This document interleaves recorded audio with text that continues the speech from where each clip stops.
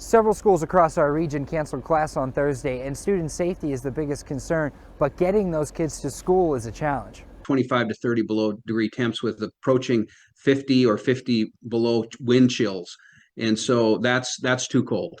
As temps hit historic lows, Montana schools are taking unprecedented measures, closing not because of snow, but because of the cold. A lot goes into the decision whether we're going to close school or not. And the biggest one is just the ability to make sure we maintain, the safety issues that are involved with it. This is the biggest concern many districts have. Getting kids safely to and from school. Not only is it too cold to wait for the bus, but it may be too cold for the buses to even run. When we start approaching 30 below zero, that's fuel gels in our buses. And so we have to be very concerned with that.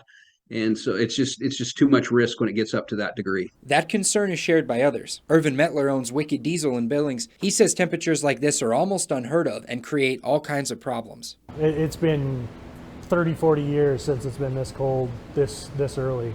It's hard on everything. It doesn't matter whether it's gas or diesel. It's going to freeze up gas too, just like it will diesel fuel. Metler recommends plugging in all vehicles, but especially if it's a diesel. If you don't have a block heater, I recommend getting a block heater.